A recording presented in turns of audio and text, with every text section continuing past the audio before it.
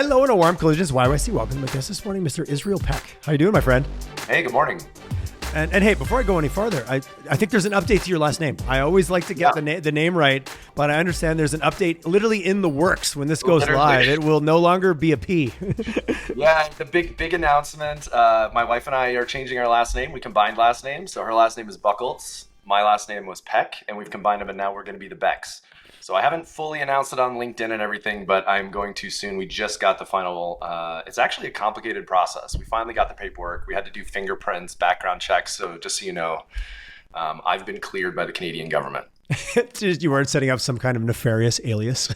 Yeah, they think it's real. So curious, we were joking off air, and this is we're going to get into culture, we're going to get into people, and we're going to get into, just so the guests know what we're actually talking about. But we are talking about branding, and we're talking about the power of that. The changing your last name is it's like when companies comes to us, says we're going to change our name and change our logo. I'm like, why?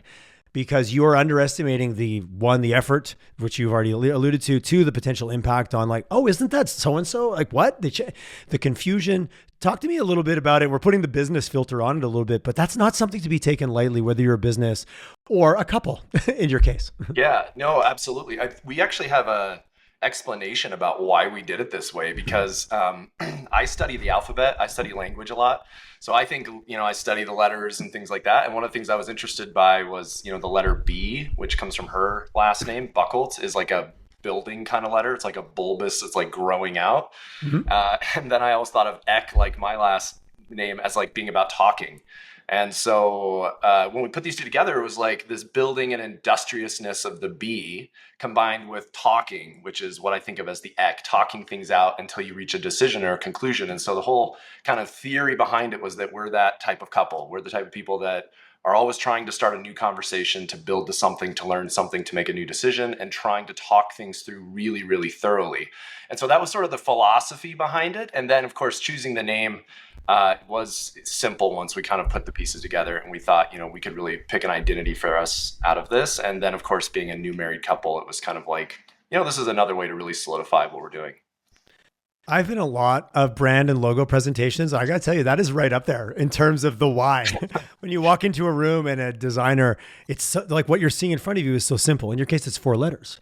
But then the designer, or the creative director, or the strategist then unfolds this narrative, which you just did, on all the reasons why. And you watch the room go from, geez, I thought it would be more complicated than this, to like, oh, wow, I really bought into the story, which is so much about, as humans, no matter how far we evolve, we grew from sitting around the fire telling each other stories, right?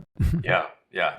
Dude, I love that. I love that about what you do, especially. I love the storytelling that's happening here. So it's also part of the reason I'm excited to be on the podcast here, because I think stories, the better we can get at telling stories, our stories, other people's stories, it's a powerful way to just connect with other people. And then when you can kind of summarize it down into a few letters or like a design or a few shapes, like there's just literally almost nothing cooler than taking a big complicated idea, and packing it down into a few letters and sharing that with the world. So I'm stoked about it. If I had more time, I would make it shorter, kind of, often attributed to Mark Twain, but I don't believe that when you do the research that it actually was his quote, but he often, I think, gets attributed to it. Who said it? I'm not sure. I don't actually. I don't. I've gone down the rabbit hole, and then it's like, then it gets very gray very quickly in terms of where it might have come from. So I show my learnedness by just stopping there. It's very strategic because I actually don't know the answer. Well, I think we're all, a big part of being an entrepreneur, I guess, for me, is always copying, borrowing other people's stuff. So there's a term about that, like shamelessly borrowing or something like that. Like, I think that's I've heard a few different versions of that, but yes, I think that there's and then back to what we're saying, what then applying your meaning to it, or using it in a context that's relevant to you, your audience, your customer, your journey, the world you live in, all those things, and the circumstances of how that changes, right? Well, and for me, it fits with my business. This is what I'm passionate about, is people having weird conversations, different types of conversations, going at things from different angles. Like, being comfortable with that is probably one of the hardest parts of becoming an adult, is letting the crazy conversations come at you and realizing in yourself that A, you have the capacity to get through it, but B, it's actually good for you. It's good for you. It's good for the other person. And so this idea of like Beck as a name for our family unit just double resonated with this idea about about what I do for a living. Like, can we find those next conversations that unlock something magical? And it can happen in so many different ways. It can happen through kind of, I think of it as almost like the melodic nature of speech. As you talk, there's a melody that kind of goes along, there's a Hmm. pattern, there's a rhythm, there's a timbre, there's all these facets of like what makes musical sound. But we mix words in and we tell stories, and like it all fits together. And it's amazing how like even you talking or me talking and like, even talking for a long period of time can like lay out sort of like a canvas that other people can come and build their stories into and build their conversation into. And when a team of people like kind of recognizes that and starts to see it and sees the magic, and it starts to become almost a visual spiritual experience to just have a conversation, I like, there's nothing in the world that makes me feel more excited than thinking about that, and then thinking about the possibility of every new conversation that leads to something new. I'm a huge fan of other entrepreneurs because I just want us to be all creating new things that we love and that we're able to share with other people and that they love. And that just creates more value for everyone in the world. And so I think it literally all starts with conversations, people having that initial trust and that initial instinct to feel like there's something here, like there's some kind of connection between Tyler's brain and Israel's brain. And if we can just mash some of our words together, like we're going to find something. And that idea, just that philosophy, I don't know, it drives a huge part of my life. And so I think it fit really well Oh, with the I, name I I change love too. that you said it. It takes me back to something years ago at the agency. We adopted the idea that it was no one's idea. It was the idea that came because those people were in the room together. It was Yeah. like, oh, but you said that, but I only said that because of what you said. And I Yeah. and I riffed off that. And I'm like, well, yeah, but you took me in a new direction. And when you walk out, I was like, and a couple times like, oh, who even came up with that idea? I'm like, well, we did. There was a group, and there was like the way it wasn't even brainstorming. It just started coming out of conversations, and there was that little bit of a, you go through a school system and you get rewarded for your output. But now the output was because of the three other people. And then one person new walks in halfway in the middle, and you go down a new direction from an Yeah. ideation perspective. And, not to the level of sophistication is certainly the level you've thought it through, but it triggered that memory of that very quickly shifted how we collaborated internally, because no one had to be the star. No one had to be the voice. Everyone got to like riff off each other, and some liked sticky notes, some liked the whiteboard, some liked just blurting stuff out. Maybe that was me. Some liked to ponder and like jump in 40 minutes into the meeting of there because now they've processed their thoughts. But it was that rhythm between the group that's where you got through the wet concrete of creative ideation. It's such a cool story. That's a room I would love to be in. Mm. I'd love to be in a room where you're trying to like get the value out of a group of people, because I think that's like one of the most exciting things, is where you sit down, you don't exactly know where we're going with this, but we're trying to get creativity to solve some of the problem for us. I love what you said about I think of it as like separating the idea from the egos.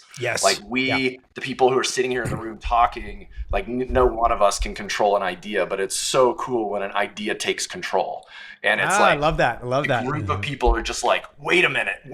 Like they each start seeing an insight into it, and it's like you see it pop off. And yeah, I've been in those rooms, and it's amazing how much having certain people in the room can totally shift it. But it's a very good feeling. I don't know if there's a better feeling than doing that with your team, coming to a conclusion about something that's really important for one of your clients or for yourself, and suddenly the whole group just sort of codifies to this idea and this philosophy. And I used to say a lot of times, dream work makes the teamwork, because you dream about it. What do we want it to be like? How do we want it to work? How would this work? How would this work? And you can spend hours just like building this imaginary vision of what the future looks like. And then I believe like you go out and you automatically just start creating it. Your Mm. actions start to fulfill the image that you've all created in your mind. And when it's a shared image, it's so powerful. I love that. I want to pick on a word: team versus a group of people in a room. Because there's the high performance team. Like, is this a high performance team, or is this a group of people you bolted together, gave them unrealistic deadlines, and then ran them into the ground and called it high performance? Play around with me. Like, you can have a group of people in a room, or you can have a team. I'm being black and white with it. Maybe that's Yeah. unfair. What are your No, thoughts? Let's play around with that no, word. I was about to ask you a question since you put me on the spot. I'll say, one of the things we do in our programs is we have these questions like, what differentiates a team from a group? That's literally a Okay. question All we right. talk Sweet. about. What different I did not have the cheat notes, folks. That was just how, because it's one of my pet peeves of this word high performing team gets thrown around, and I believe rarely is it actually what it is. Yeah. So what I'm passionate about now is something I call culture, or the workplace corporate calls culture. I don't think that's the only word for it.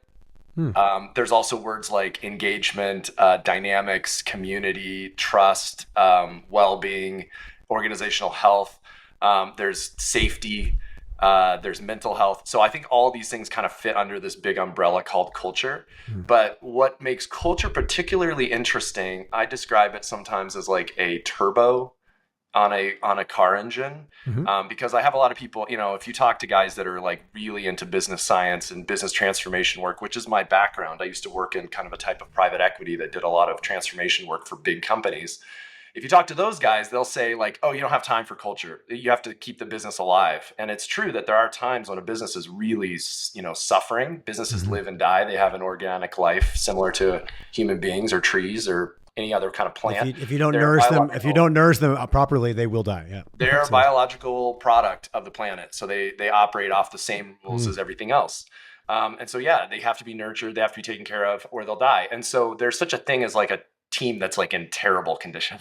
Like this thing is like things are not working well. And in those cases, you don't like my approach to culture is just very system focused. It's like, hey, you need, and this is what you're talking about, I think, going from a group to a team. And that's what I was just going to ask you is what are the steps on that continuum, right? Because there's a continuum between like a group of people that are just showing up to kick a football around and then an NFL team that's like highly designed and like really well tooled. How does that happen? And so going back to the culture thing, I think often not easily or accidentally or then deliberately. And there's a fine line between those three variables in my mind. Do you think so? So I think it can be very deliberate. Like I think it can too. I just don't know if it is as much as we maybe want it to be. Yes, I agree with you. There's an intentionality. Do I have diversity? Do I have accountability? Do I have some of those ingredients that you laid out? A lot of times I don't know if there's a level of awareness enough to be deliberate about all those variables, but sometimes being able to point them out when they happen. And sometimes that's by accident. I'm not trying to be jaded. I've just seen more of it, a happenstance. Like, how did you get here? I don't know. It just started to work versus no, we laid out a plan. And like that's sometimes the answer, right? Like we don't worry about culture. I'm like, oh, don't like, I had a company, 500 people on the show. Yeah. We don't focus on culture. We're not big enough. We don't worry about that. I was like, it kind of took me back. I was like, come again. No, we don't, I'm like, you have a culture. No, we don't. I'm like, and anyways, it's a very well-known name in town, so I'm not going to get into the details. Well, then all of a sudden I started to hear a lot of negative things about their undirectable or their unintentional culture. Yeah, it's super. Okay. Yeah. So it's interesting because mechanics of the business get really involved in culture. Like to me, there's a continuum. So if you say we don't have a culture, that means you're just not doing anything from a cultural standpoint to try to improve the health of the organization. But you are definitely doing things that cause culture, no matter what.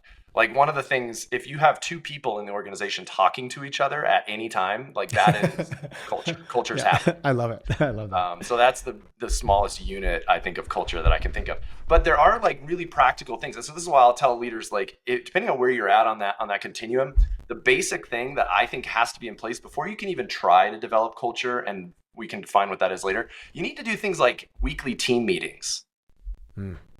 Like that's the most basic technique that a business uses to create value in their teams. Make sure the team gets together once a week, someone facilitates a 30 or 60 minute meeting, and everybody share what they're working on. Like you don't have to do anything else about culture. You don't have to do any team drinks or any team building or anything else, but you really need to get together once a week and make sure that you have a visibility to what everybody's doing. That's like the very first starting point. And then it moves up. It's like I have 4 different principles. It's like these are things that leaders need to do. And then once you have those pieces in place, then maybe you're ready for a turbo pack. Like you don't put a turbo on a broken engine. I know, because it blows up. Anyone who's a carpenter, you just blow it up. Yeah. Yeah. So if you want to get to that high performing team first, like to your point, I think you have to have a team first. The group has to be. talk to me about the levels, like a weekly connection. So I'm getting sorry, you said weekly meeting. I use the word connection. That's my word. Yep. And Yeah. like creates visibility, creates like I know what you're doing. Maybe creates a little bit of empathy. Oh, I understand that you're busy. I'm not busy. Maybe I can help. Like it allows some humanity to show up. Like, it's like the nameless, faceless enemy. It's easier to shoot them because you've disqualified them as being human. Sometimes we do that to our coworkers, right? Oh yeah, I think we do it to other human beings all the time. Yes, we do. Yeah, and we can get into a habit of it, and then we can become so good at it we do it without realizing it. The unconscious competence of being that way. That sounds shitty. Yeah. Sorry to use technical But jargon. that's what I want to see. That's why I want to see leaders suddenly have a light bulb come on where they realize that they can make money at this. To me, that's back to the PE driven turnaround guy that you were very deep in your soul. To me, the soul of a PE guy. Yeah. Well, there's an argument. Is it there? Does he have a heart? I don't know. Oxymoron. Well, so what I've noticed is that you can push on a business a lot. You can push on a business a ton. We used to call it cutting into the bone. It's like where you try to cut too much off a business to try to simplify it to, and then the business doesn't really quite work as well. So you can do some like terrible things to businesses, but I've also noticed that there's always a human piece, always.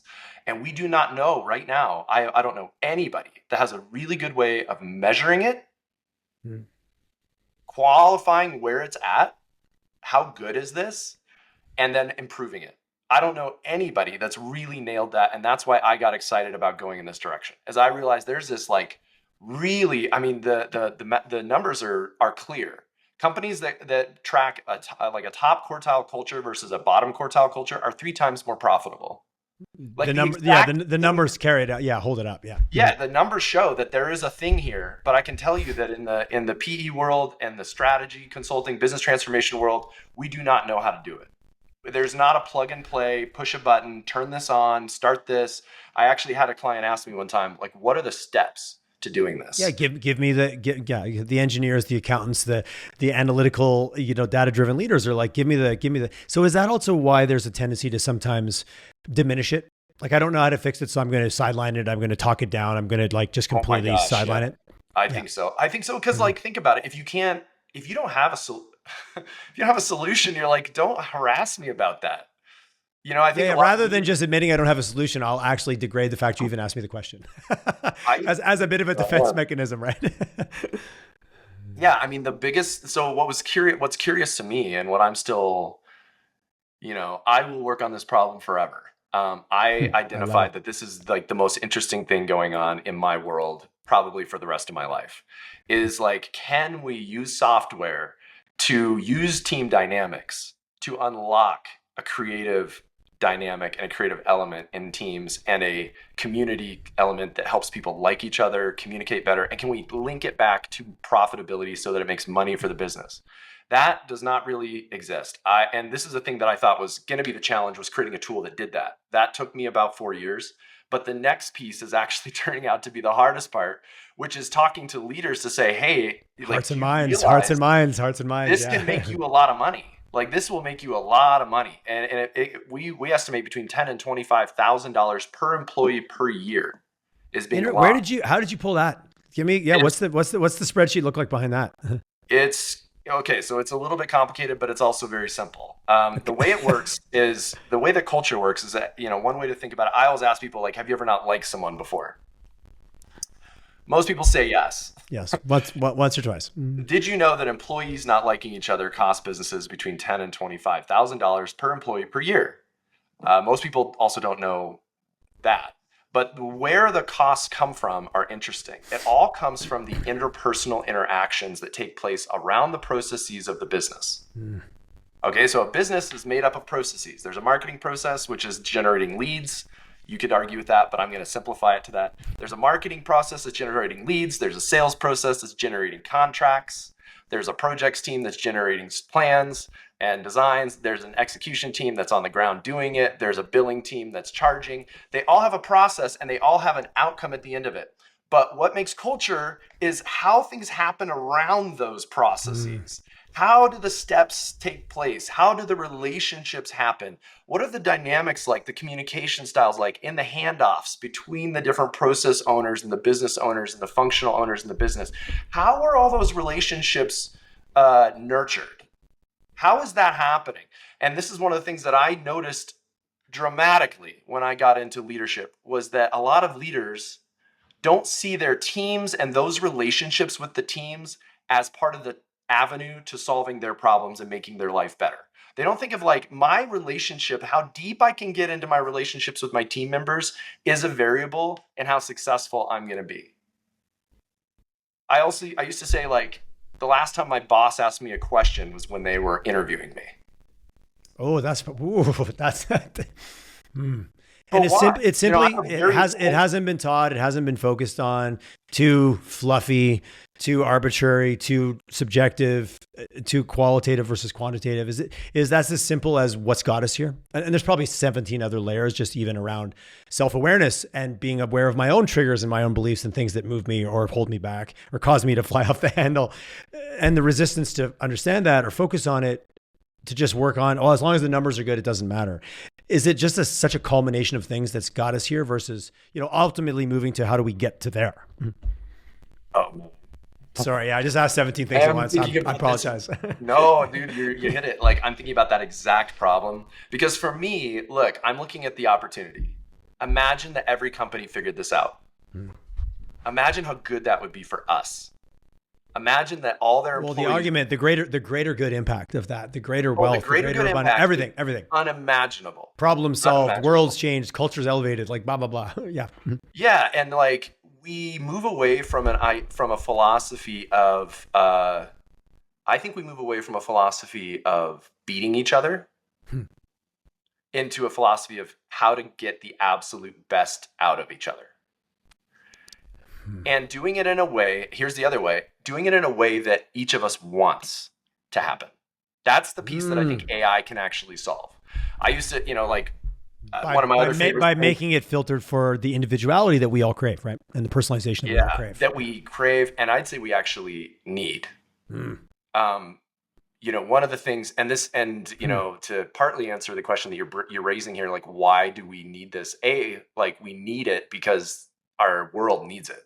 Our world needs a future where we're not trying to beat each other, where we're trying to really solve each other's problems very thoroughly and very deeply, and in the way that we each want it to be done. I used to say, like, you can't help someone. What do I say? Like, you can't help someone in a way they don't want to be helped. Yes. Well said. I have a lot of people try to help me, and it's ways that I don't want help. Yeah. I'm like, don't try to figure out how I want help, and then help me with what I want help with. That's real help. And a lot of leaders, they're like, no, let me help you not worry about the pain that you have in your life. Is that what they want? Like, most people actually want to, what I found is, like, if you pay a little bit of attention, try to figure out what people actually want. They don't want anything ridiculous. Most people don't want anything too ridiculous. They want to fit in. They want to be liked. They want to be appreciated. They want to be listened to. And what's hard is, like, I think there's trauma, generational trauma and interpersonal trauma that tells us that we need to be right all the time. We need to be in control all the time. If we're an authority figure, we have to sound like we have it all together all the time. And I think that comes probably from a post-war top-down mentality that's been really built into and infused into the cultures of a lot of our businesses. And now we're seeing that transition happen. And the transition is exciting. I mean, I think it's exciting because I actually think the infrastructure is all in place. All these businesses are here. But what they're doing is they're still dogfighting internally and with each other, instead of switching that mindset to be like, wait a minute, maybe we have a unique position in the marketplace that nobody else has. Let's define that. It comes back to our brand. Totally. Let's dig it out of our people, try to figure out, why are you guys here? And I've seen people light up from the inside out because you as a leader start trying to pull that out of them. Like you said, you sit in that room and you say, what else? Let's get the best ideas out on the table. I love that you referenced the war. I saw a meme a while back. I don't even remember. And they said, it was a joke or a meme. I can't even remember what it was, but it stuck with me and I'm going to just butcher it to my own. But it was, stop using war metaphors in the boardroom and start using dancing metaphors and watch how your team changes. And I was like, we're gonna destroy, we're gonna conquer, we're gonna get in lockstep, we're gonna get in rhythm. Like I was just like, it summed up Wow. so much for me. I loved it. It was so simple, just one of those whatevers I got somewhere in my journey of content consumption, and it stuck with me. And it just is literally what's resonating in my ears as I'm listening to you talk. That is, I love that. It reminds me of another point that I always make with leaders is that it's not like you can't have all of it. It's not like you can't have both the lockstep stuff and the heady brainstorming, get into each other's mind kind of part. I find that they both fit together really well. Like I find that as a leader, I often say you build culture and then you use culture. Okay. You build it and then you use it. If you're always using it, you wear people out. And this is one of the, one of my other, It's the bank of deposit withdrawal, right? A little bit. yeah, like one of my, on that continuum I started on the 4 things. One of the first things is you need to have weekly meetings. Yep. Yeah. One of the second things is I tell leaders, you need to start doing one-on-ones with your team members. And I have like a quick guide that I call Draining the Swamp. It's like, here's the 4 or 5 meetings I think you need to have, questions you need to ask. But get curious and try to change the dynamic so that they are giving you information. And as a leader, you are trying to get information. You're trying to get information. You're trying to get like 100 times more information for every decision you have to make. So it's like you need way more perspectives than you think. Ask people, get really good at saying, how does that work? What do you think about that? Say more about that. And what else? And it's one of my favorite questions, the question. And what else? So the first piece is weekly meetings. If you're not having weekly meetings, pardon my French, don't fucking bother with culture. It will not work. Yeah. If you're not actually talking and seeing each other, there is no culture, quote unquote. The next one is one-on-ones with team members. The third one that I say always catches people off guard is that I think calendars are the most powerful culture app. Okay, tell me more. Your calendar, how you use your calendar sends huge signals to your team, and it sends signals to yourself. So one of my big things with leaders is don't change things if you can help it.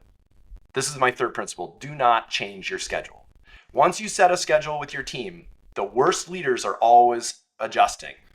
They're going, hey, something else came up. Something happened with this client. And they always move their people around. Like their team. They're like, hey, you know what? We scheduled that one-on-one. I can't make it this week, but we'll just do it next week. No, that is killing the culture. What you're trying to do is set a pattern of consistency. So the third rule is like, as a leader, be as consistent as you possibly can. Set these meetings in the calendar and then keep them. If you become the person who's shifting things around all the time, it confuses and burns out employees very, very quick, very quick. And if you set meetings saying, hey, I'm going to do this one-on-one with you and I really want to get to know you and think about how you think and dive into your brain space for 45 minutes. Oh, but I don't have time right now. I got to reschedule. It just totally screws with the dynamic you're trying to create. Well, the power dynamic that you're exaggerating. I read an article. I'm Johnny quote articles today.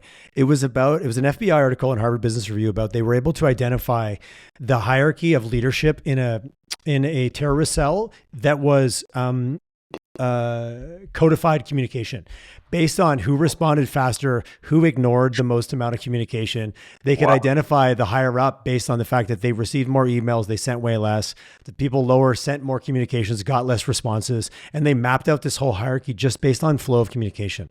And as a young leader, when I read this, I said, don't be that person who doesn't respond because you're the leader. I'm too busy to respond to you, but you legitimately messaged me for something.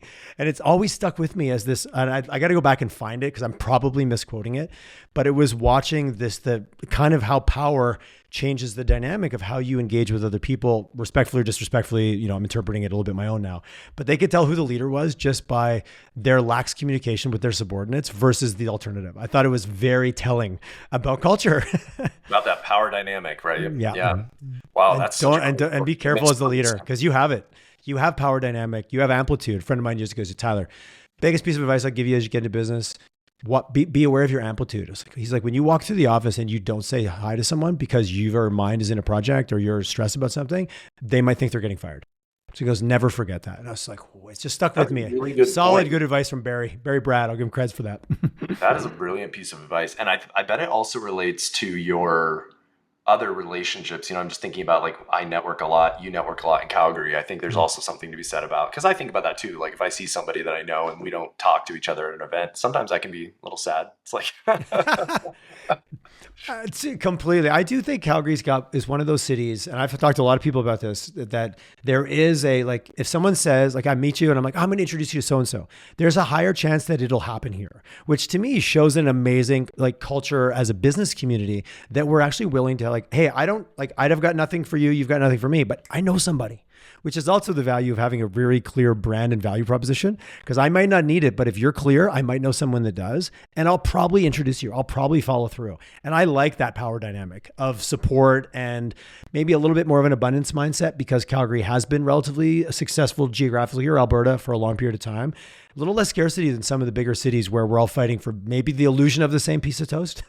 Where here there's maybe a whole loaf. That's a weird. I don't know why. I'm judging the Karia event tonight, so I'm getting I'm getting my food brain on Israel. I think Calgary's very special. Very special. I came from Chicago. I grew up in Montana on a cattle ranch. We were talking about branding and originally seeing branding on cows. But I moved and spent most of my career in Chicago, and then I bumped into Calgary by accident. I mean, I got sent here for a project at TC Energy back in 2015. And I remember when the plane was like flying in and circling over, I looked out and I was like, what are all these buildings? Like I had no idea that Calgary was, an actual full, as a city.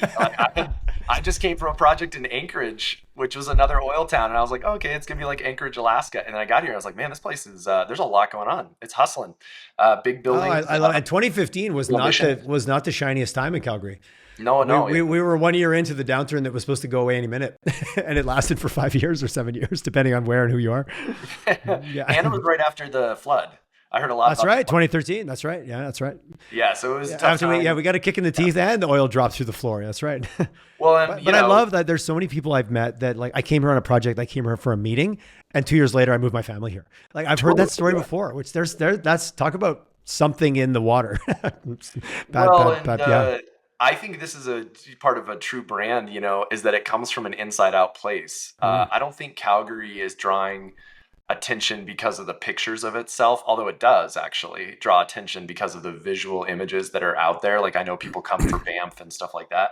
But I think there's that. I mean, that didn't have that much to do with why I moved here. To me, it was more about the kind of spirituality of the people. And I say that from the corporate side. I had brilliant conversations that I had never had, any clients. I've worked around Europe and Africa and all over the States. And I had conversations here in Calgary that stopped me in my tracks. Oh, wow. I love that. I love brilliant conversations with executives, with all types of people who would just say something that had a deep spiritual angle to it. And I'd be like, wow, like, I can't believe they're comfortable saying that. And it is a part of the culture. So I think it's coming from the inside out. I'm still dealing with the PE guy, the recovering PE guy saying the word spiritual in a meeting, but I'm just not like, I'm playing that. That's, once you realize I love it. You can make money at it. Like, yes, let's not rule that out. This is not a fluffy conversation. No, 100%. I'm with you. That's what I'm saying. Like, I've realized people, it taps into something. It taps into a deeper part of, the spirit of the business, the spirit of the people that are in the business. And I think there's something really magical and untapped about that. It's incredibly valuable. We can analyze it. One of the things we do is we analyze language. We analyze the language people are using. Now with natural language processing, you can pick up on dynamics and emotions and personality traits based on word choices. You can also figure out people's music preferences and film preferences based on the words that they use when they talk. Oh, okay. It's getting that good. It's like, okay, we're going to go down. What's number 4 though? I've got 1, 2, 3, and 4. I've got, weekly meetings. I've got the one-to-ones, obviously the calendars, and being consistent as a leader. So people feel safe. They know what to expect from you, and they feel valued, that you don't bump a meeting 5 minutes before because you're the top of the terrorist cell. What's number 4? Sorry. Blending those together aggressively for effect. The number 4 might surprise you. The number 4 is, as a leader, you have to say one nice thing a week per employee. It's very subtle. But as a leader, if you never tell someone a nice thing, and I call it an affirmation, An affirmation is an agreement that what they are doing is good. Is valuable. This is good. And that's the simplest affirmation that I tell leaders, because dude, I can't tell you how many leaders are terrified to say something positive. That's so effed up, man. That's so fucked up. A lot, isn't it though? Isn't it? Since you already spoke French earlier in the podcast, I feel comfortable now to drop an F-bomb. Yeah. Yeah.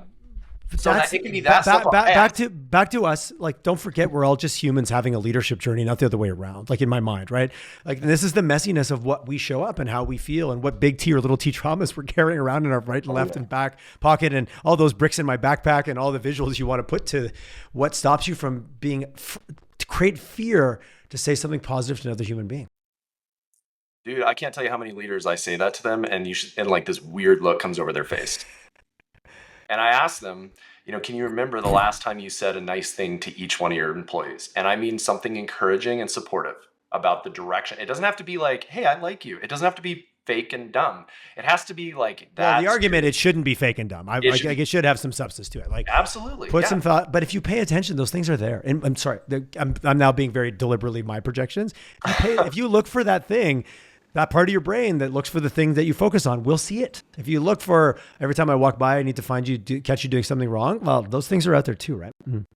If these 4 things are not in place, I don't even bother with trying to build culture in a team. I get it's like if you as a leader are not doing meetings, are not doing one-on-ones, if your calendar's all over the place, if you're changing schedule, constantly changing your mind about everything, and if you do not say a few nice things a week to your people to tell them what you like, then there's just no point in even talking about culture.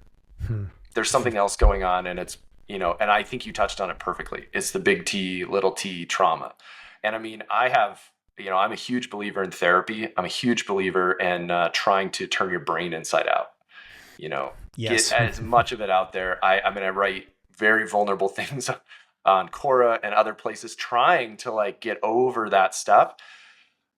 Because I've seen the value in it economically. I haven't even dived into that, but I've had some incredible success from these techniques. That's why I believe in them so much. I saw it make money. Like I saw it make money because I saw team members have breakthroughs and ahas and insights. I saw them show up and beat themselves to death to get something done in a really high quality way. Not because I was beating them, but because they were so passionate about it. Well, intrinsic versus extrinsic motivations right there, right? Yeah. Because the beatings, morale will, the beatings will continue until morale improves. Isn't there a joke like that? Yeah. That's what my dad used to say. Yeah. Oh yeah, fair. Well, you came from a farming background. I get it. I was out late and I don't want to get up. What? That's a non-negotiable answer. Get up and do the thing. Which I'm very thankful for the work ethic that the rural upbringing creates. You grew up doing chores? I did. Yeah. Not cattle chores, but my dad had all the off season. We had all the municipal snow removal contracts. So you don't plow snow at 2 p.m. You plow snow at 3 a.m. Oh. And when you're 14, no one pulls over the plow driver. So I was out there plowing snow in Quebec because it snows a lot with my dad. We were Montana, so snow with my dad. So it wasn't chores, but it happened. Like my dad's goal was by the time everyone else got up to go to work, the roads were perfect and clear and everyone had a great experience. So that was done before 6 a.m. So anyways, that's way too much information to that question. No, that's so cool because I just want to say something about you. What you're describing there is taking care of a community.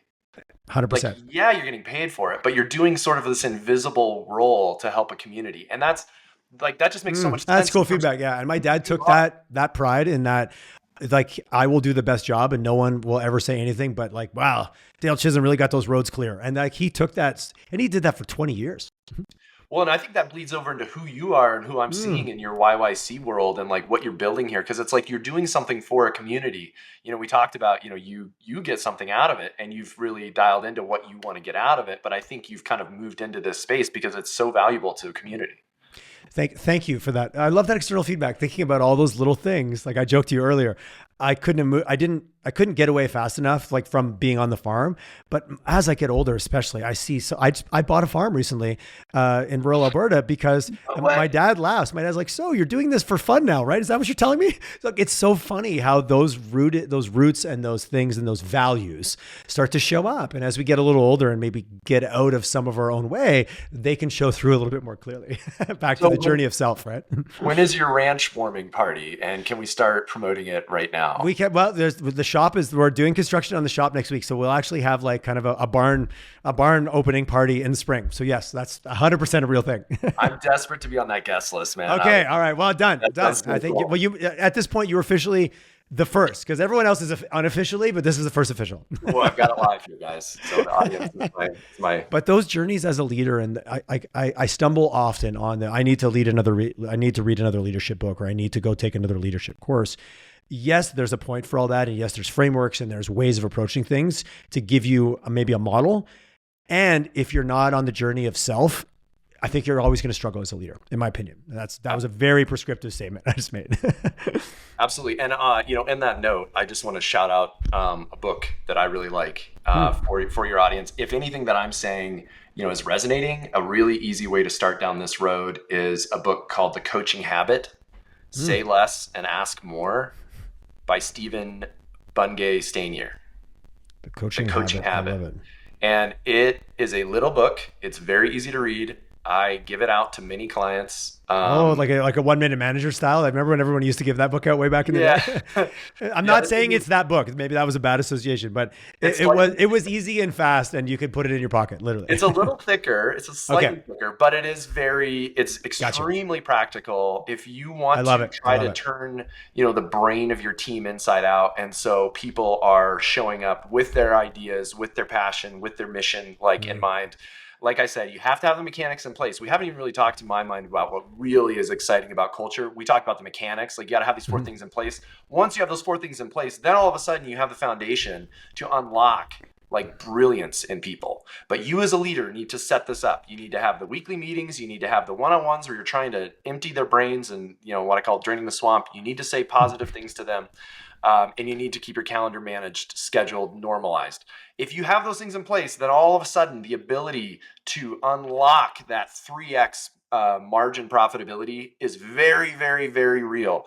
And this is why so many businesses are interested in this. I think it's talked about all the time, but it's still, in my opinion, it's still being approached emotionally and not quantitatively. I'm trying to put a very quantitative lens on it. Let's measure where we're at.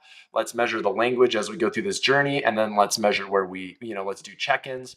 And so it's about having a really predictable way to improve the quality of the community. But built on a shared philosophy. But built on a shared philosophy, 100%. And built on this just idea that wouldn't it be great if we all enjoyed being here? And wouldn't it be great if we all felt that we could just have awesome conversations? Wouldn't it be great if our community at work becomes an extension of our lives?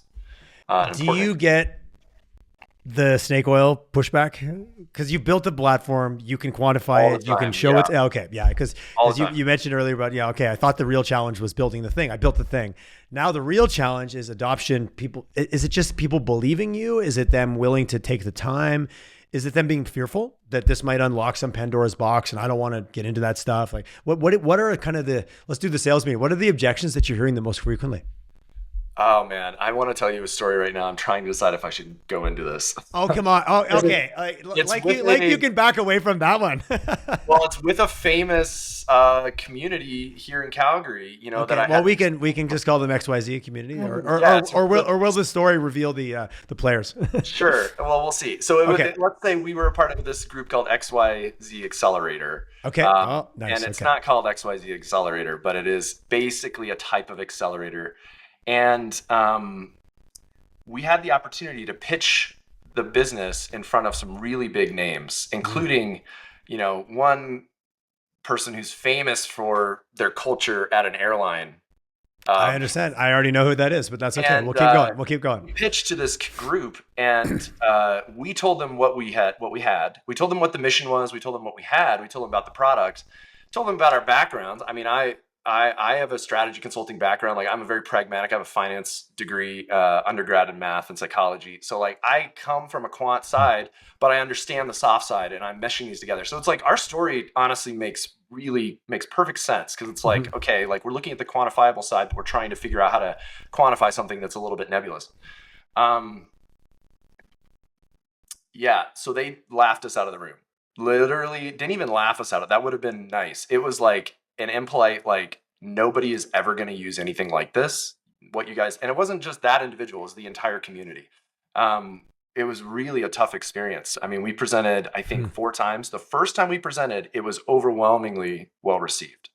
Everybody was like, this is amazing. Like, you guys are definitely tapped onto something. And then as soon as we got into like the deeper levels, we were meeting with these different executives, they were like, this is not real. And we Not said, real in that they didn't believe it. They didn't see the value in it, that just thought that it would be always way too low on the priority list. Like, what part of, or maybe it was a mixed bag of, what were they shooting at? What were they shooting at first? they didn't believe that it worked. Okay. They Just said flat out. We like you. back to the snake oil comment. We don't think it works. Yeah. Which is this isn't going to make me taller and better looking. Yeah, I got you. well, which is what this is what we're dealing with. Like, people disbelief in themselves and their ability and the team's ability, like this lack of belief is it's crazy. I feel like we can solve it on a team level, and we can replicate it across multiple teams to whole organizations with our tool.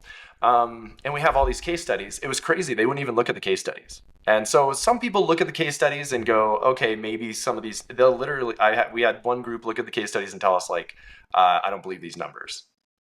Said it flat out. And we were like, well, we wouldn't go to all this work to come here and lie to you. Like, is there some way the plausibility of it must be true versus this is an elaborate ruse. It's easier to believe that it's true. But yet we live in a world, and you and I think talked about this in our first conversation, where technology, there's no dispute that everything from high-speed porn, adult content to Instagram has changed our culture and how we act with each other.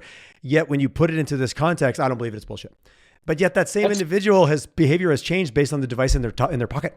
Oh, yeah. If we want to start talking about the blind biases that are going on, I mean, it's crazy. Yeah, well, aren't we? Also, I mean, that's how I kind of got into this. Is like, I looked just like you said. I saw Twitter, Instagram, Facebook, LinkedIn. I saw these things massively affecting our culture. And not always in the right ways, right? Like, but the point was impacting and affecting. Good, bad, I like it, I don't like it. That's almost irrelevant. The impact is unquestionable, no matter whether you think it's good or bad or indifferent, right? And so our ability to actually harness those same techniques, that's what we are doing. So at Cratic, we use lots of what I would call social media techniques, social media tools, things that we learned from the social media toolkit. But then we kind of merge those with a bit of a coaching model, a psychology model, natural language processing, and then like a team weekly like huddle model. And we've just like mixed together basically the best of what I've seen. I mean, I worked on 26 business transformations with 23 different clients. And so I saw like, okay, and I was deep in the weeds. Like, I was like, there's very basic things here that every team can do right. Like I said, weekly meetings, one-on-ones, say a positive thing. There's very basic things like that. And teaching those same techniques to a team of people is not, I don't know, it's not magical. It's like you do it and then things are better. So when people said it didn't work. So wait a second. So what you're telling me is that if I get a good night's sleep, I drink water, I eat right, and I do a relative level of fitness, I'm going to be healthy. That's too simple. Give me the magic pill. I want the magic. Give me the magic pill. Yeah. It can't work. No, that's ridiculous. I want something fast and easy. What's the best exercise? One that you do? Yeah. Whatever. Give me the best one for. I want 12-minute abs. What am I going to? I was in fitness. I was in the fitness industry years and years ago, and the actual common sense, this is just going to work approach is not what anybody. We were all programmed to think there was a magic pill somewhere that we could take. Not the same, but anyway, just my brain put those two together. Well, and I think it has but it's exactly right. Like 6-minute abs versus 7-minute abs. Remember that? I'm in. 29-minute abs. What are you, some kind of a sucker? Who does 29-minute abs? This is where I want your opinion, man. I think it comes from the wrong branding around culture. I think culture itself has taken on this like snake oily thing. I think personally, to me, it's very real, but you have to attach it to things like turnover. Yes. And mental health leave and missed sales opportunities and mistakes and morale issues. But no. More foosball tables and pizza parties. That's culture, right? Yeah. Yeah. So yes, this culture suffering from a branding, and that's where I take offense often to the word high performing team. I'm like, explain to me what do you mean by high performing? And I've had a couple windows of time where I was able to be exposed to kind of high level single seat fighter combat, US and Canadian. And I spent some time with the Snowbirds and watched their post flight debrief and the extreme accountability and candor about what we're going to do next, because there was life and death on the line. And to watch that and go, oh, this is what a version of high performance actually looks like, not jamming a bunch of people in the room and then grinding them into the ground to try to get some shared outcome while everyone's crying to their spouse when they get home that night about how bad it was, and then calling it high performance. And so that's where I think culture has been in the Googles and the Silicon Valley and the big tech have portrayed a level of culture that was a branding exercise, wasn't always what went on behind the walls. And you probably know that way better than I do. Well, that's what I'm thinking has been going on. Up like the last 20 years. Culture has been a discussion for like 20 years. There's not that big. There's a few dozen books about it. There's a few speakers out there like Simon Sinek. There's a few people who are like kind of cornering the space. But it's definitely confusing. It's definitely unknown, and it's been taken advantage of for sure. And I think there's a few different ways that businesses think they're doing culture. And when they've seen those things not really work out, then culture becomes bullshit. Culture becomes bullshit. It becomes bullshit. And I think everybody who's been around for 20 years has seen enough bullshit. Yeah. My business partner, he always says, the older we get, the higher our bullshit, the higher, more sensitive the bullshit meter becomes. And I'm like, it's not wrong. You play anything for long enough. But I love your position. And let's get back to your platform. And, technology and the impact it can have on humanity is undisputable. We all have our phone within arm's reach right now. If you're listening to this, you're probably listening to it on your phone, or if not, it's on your desk or it's somewhere beside you. So to think that that's not real, let's just dismiss that idea. That's silly. Part of your platform, that ability to draw the line between I did this and I saw a KPI that I was already measuring over here be impacted. And then does your platform also give me the ability to sometimes make it so obvious that I can't deny it? As a leader, as a manager, as someone who's trying to find fault, I go, well, shit, this is hard to argue this because now I actually can get there. Is that part of what your platform helps do for an organization over time as they buy in? Yeah, what I would say it does is, so there's two parts of it. So there's the mechanics of what it does, and then there's the effects. Okay. So when we talk about the mechanics, what it's doing is it's forcing relationship building in the team. Okay. It's forcing people to talk about things, usually things that they do not understand. We pose a lot of questions through what I call this familiarity, vulnerability, and trust paradigm. It's this idea that as people become more familiar with each other, like you and I are right now, we're becoming familiar by looking at each other, listening to each other, saying words, you respond, my words go into your ears, vice versa. We're, in psychological terms, they call it co-regulating. But I would call it familiar. We're becoming familiar with each other. As people become familiar, usually they have the opportunity to become more vulnerable. Vulnerability is when I say or do something and I'm not sure how it's going to be received. Do I feel safe enough to take that risk? Like a vulnerability opportunity will come up, where I said the F word, it's like that came up in my head and I thought and said, you know what, I'm going to do it. I'm going to say it. There was a vulnerability. And then what happened was the last part I call trust is when the other party receives the vulnerability, handles it safely, and then gives it back. It's like an exercise that you learn in psychology all the time when you're trying to build trust with a baby is like they give you the toy and then you give it back. And you do this with a ball. That's why you build trust. Exchange. With a dog. Yes, with a dog, if you're playing fetch, they give it, you go back and forth. If one person... unless you have an Australian Shepherd, and then the whole game changes, but that's another conversation for another... I want to give it to you, but I'm not going to. I don't want to. Sorry. Well, I have Aussie Shepherd traumas. I love my Aussie Shepherd. But I have trauma from fetch. She just won't give me the goddamn ball back. No, it's okay. We need to have a way deeper conversation about this. We will. We will. But yeah, so I call it the familiarity, vulnerability, and trust. So this is an exercise I do all the time with people in relationships. It can be a little bit uncomfortable, but it can also build things very quickly because you are picking up on, and it's basically a subtle subconscious pattern almost. Like I make it conscious, but most people are doing this all automatically, whether they realize it or not. And so what we do is we force people to do it.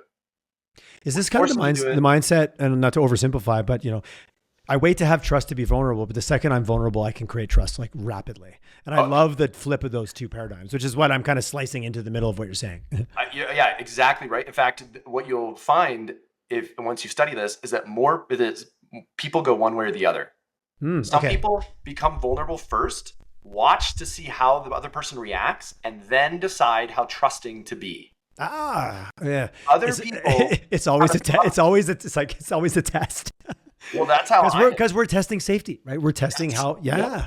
Then there's other people that already have a established trust threshold that they use in society, and then they become vulnerable as a matter of how trusting they are in general. So like it can go, what I'm saying is it can go both ways. Like you can either become vulnerable to decide how trusting to be, or you've already decided how trusting you're going to be. And then that implicates how vulnerable you're willing to be. And I love how that's a very fluid, if I'm just thinking about, I kind of do the first one, I'm like, oh wait, but in other situations, like there is the behavioral flexibility, like every relationship has its own dynamic too, right? There's my filters of the world. And then that back to who's the other person involved, because it is a dance. Yeah. And so our tool forces people through this familiarity, vulnerability, and trust mechanism. Okay, question. You used the word force a couple times. Talk to me about the word force, because that word can be perceived in a variety of ways. I mean it intentionally because I think that people are scared to be vulnerable and trusting. So my biggest, one of my biggest heartburns is I struggle to tell leaders, you need to force people to do this. So most of the time it's actually voluntary. It's like, we tell the employees like, hey, you can do this if you want to, don't do it if you don't want to.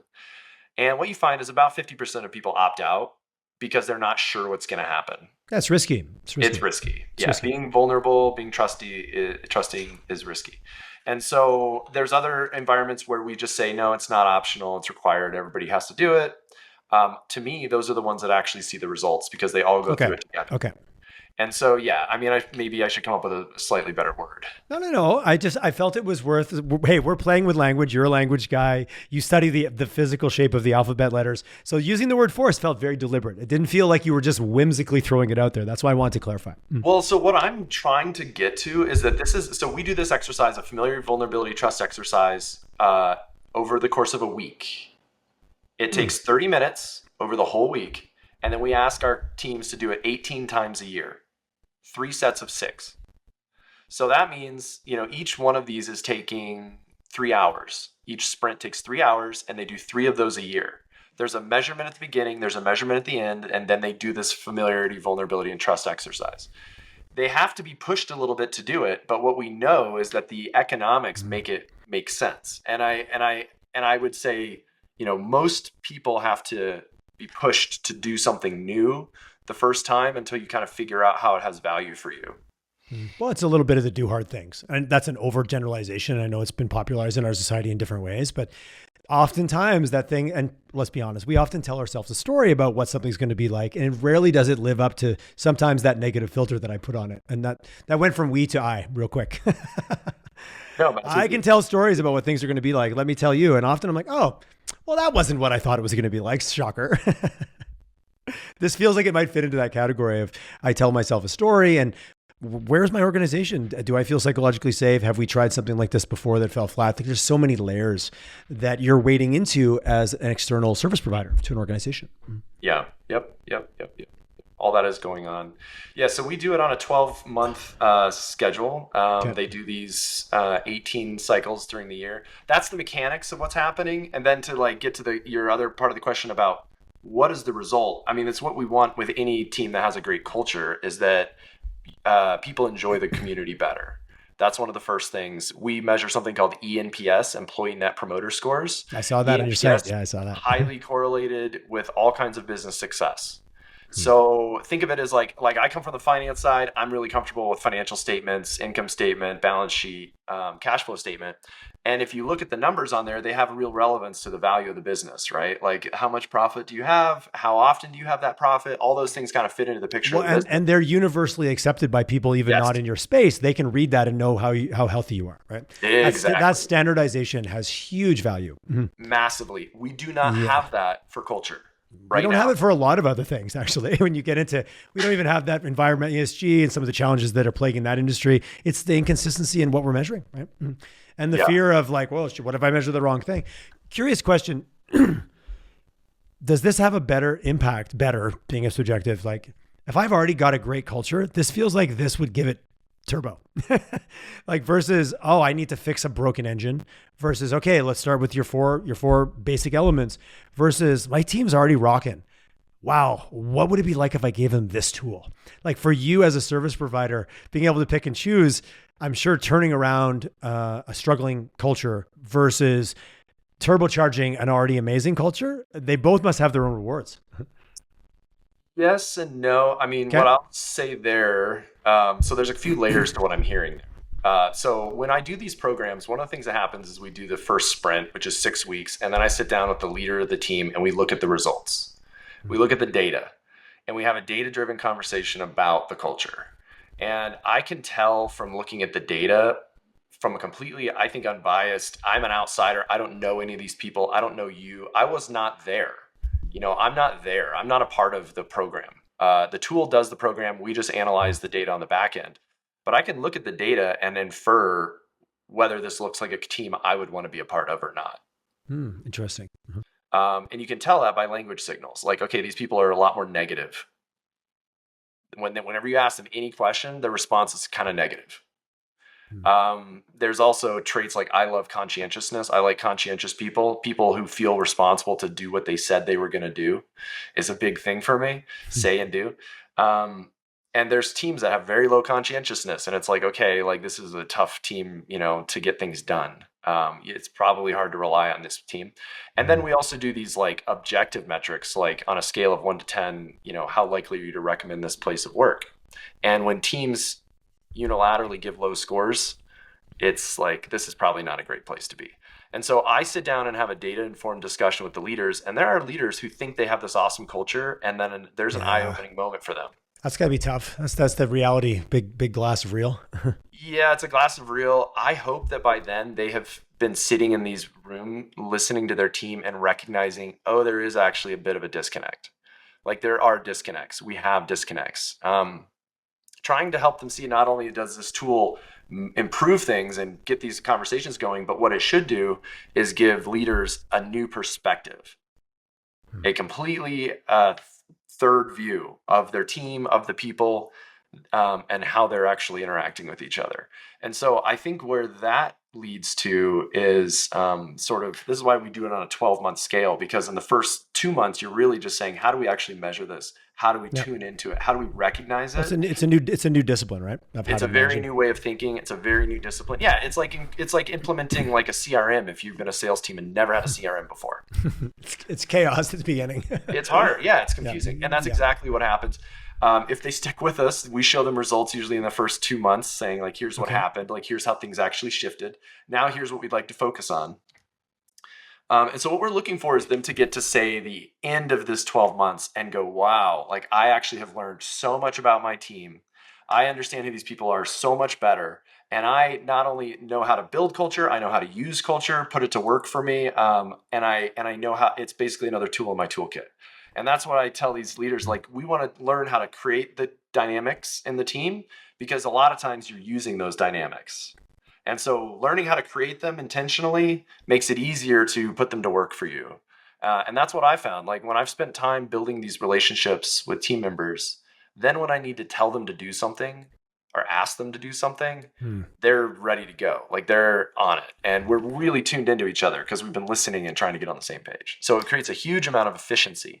So during that latter half of the program, I'm trying to help the leaders see that efficiency for themselves. Yeah. Because once they see it, I tell them, you don't need my product. Like this is something that leaders do all the time, manually. But the tool can really help you take it to the next level. Oh, and adds data and adds credibility and potentially makes it an easier story for that leader now to tell to their board or their C-suite, depending on what the dynamic is. And back to your analogy about the turbocharged, I've got this turbocharged engine, but the first time I go out on track, I'm like, whoa, this is a new car. I've never driven this vehicle like this before. So there is that learning curve for the leader. I like what you said of, okay, I've got this thing now that's firing better. How do I actually get the most out of it while still keeping intact the thing that made it better in the first place, not blowing up my engine, for just to stick with that one, to hang on to that metaphor for a bit. Yeah, or careening off the track. Now it's more power than you knew what to do with. Yeah, and you got a little too much fuel before that corner straightened down. We all know what happens then. Coming back to the carrot, like I said, the studies are clear. if you have a high ENPS team, you're likely to be 3 times as profitable as a low ENPS team. It's that simple. This is not me talking. This is Gallup, Mercer, Gartner, all the research companies. I don't do the research. We do the case studies. But what we do is we lean on their research to say, look, if you move this score, it has huge economic value for your business. Employees stick around longer. They're more likely to close sales. They're more likely to help each other avoid making mistakes. They're less likely to take mental health leave. They're less likely to just tune out and check out. They're more likely to bring them best selves. And figuring out how to do that is the big difference between the top quartile companies and everybody else. And as a leader, as a human being, who doesn't want to work with that group of people you just described? Yeah, you nailed it. Like just to, you get the best talent. That's the other thing. Your Glassdoor, your Indeed scores go up or they go down. They're going to go one way. The future's coming. The best thing you can do for your high performers is get more high performers.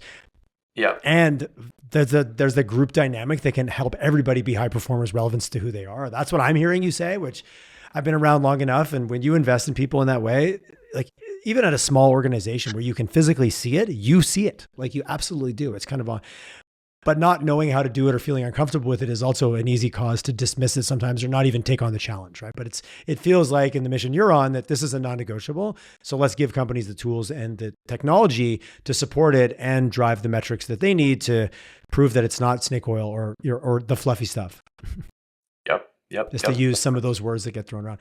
Okay, Israel, I'm already gonna, you're already coming to the barn party, the shed party. So also we need a second episode because we really need to get into the performance side of I think we got to the point of like we showed up, we've got the engine rebuilt, we put a turbo on it, but we haven't driven it yet. And you've hinted at it a little bit. So I think I'm going to put a pin in it. I'm going to go for a part 2. If you would be so gracious as to join me again. Well, nothing would make me happier and be more exciting than to have some of your listeners try this. I love it. Okay. What does that look like? What does that look like? And then the moment that they see it and they realize how good it is for their career, how powerful it is for the output of their team, once those pieces suddenly connect, like it's going to be so good for all of us. Like imagine communities where we're all safer. Imagine communities where we're like literally physically safer, but our needs are being taken care of much faster than we could ever imagine because we build this kind of dynamic in the world around us, not just in our teams. And no one would say that we don't need that right now. Probably more than ever, to your point, the transparency around how much we need it. Cratic.ai, can anybody call? I know you guys focus a lot with like large or enterprise level organizations. Who can call you to have a chat? Is it open? We work with teams as small as 8 people. Amazing. Okay. I had a vision of larger enterprise. Maybe it's just the way we were talking or kind of your background, but okay. Yeah. Well, I came from that side of it. In order to really feel like we solved the problem, though, we needed to have a product that works with just as few as 8 or 10 people, and then you replicate it as you get bigger in businesses. Because one of the other things we haven't talked about at all is like why this is working on a psychological level is that we put people in smaller teams. We've realized that you can shape the culture of a team very easily, and that team becomes the perception of the individuals in that team, and that kind of replicates, and that becomes the culture of the organization. You don't have to look at it top down. You can just do it with a small group of people. If you shift their perception, then you're shifting the culture. Well, and just that feels doable. That feels approachable. That doesn't feel like I can eat the elephant one bite at a time, right? Yeah. Again, redefining culture. We definitely have more to talk about. So let's we do. The hours worth. I would venture to guess. If someone wants to get a hold of you, do you have I know you're on LinkedIn. Is that your favorite? There's a million ways to communicate. We have a website that explains the product. You can message me on LinkedIn. I do tons of one-on-ones to get to know people. I'm building a community here in Calgary, building my relationships. I'm new to Calgary, so huge fan of the city, excited to be here and looking forward to meeting more people. So please reach out. I'm so glad you had that trip here back in 2015 and decided to come and stay with us. It's awesome. I'm very pro Alberta, very pro Calgary. If anyone hasn't picked that up yet, and it's for reasons like this and conversations like this, and the people that quote unquote get attracted to this environment, and for the reasons you explained, which I really appreciate. Israel, awesome conversation, man. Really loved it. I think there's way more. I'm holding myself. I have like so many questions I want to ask you. So that's easy. That's a part 2. Please go check it out. The goal of this podcast is to get people curious, get them exposed to maybe just the thread of an idea that makes them go, huh, you know what? This is catching me. I'm going to go learn more. So please check out the website, reach out to Israel, have a chat, and let's make it a better place selfishly for us all to hang out. I'm in. Me too. Thanks, Tyler. Thanks, brother.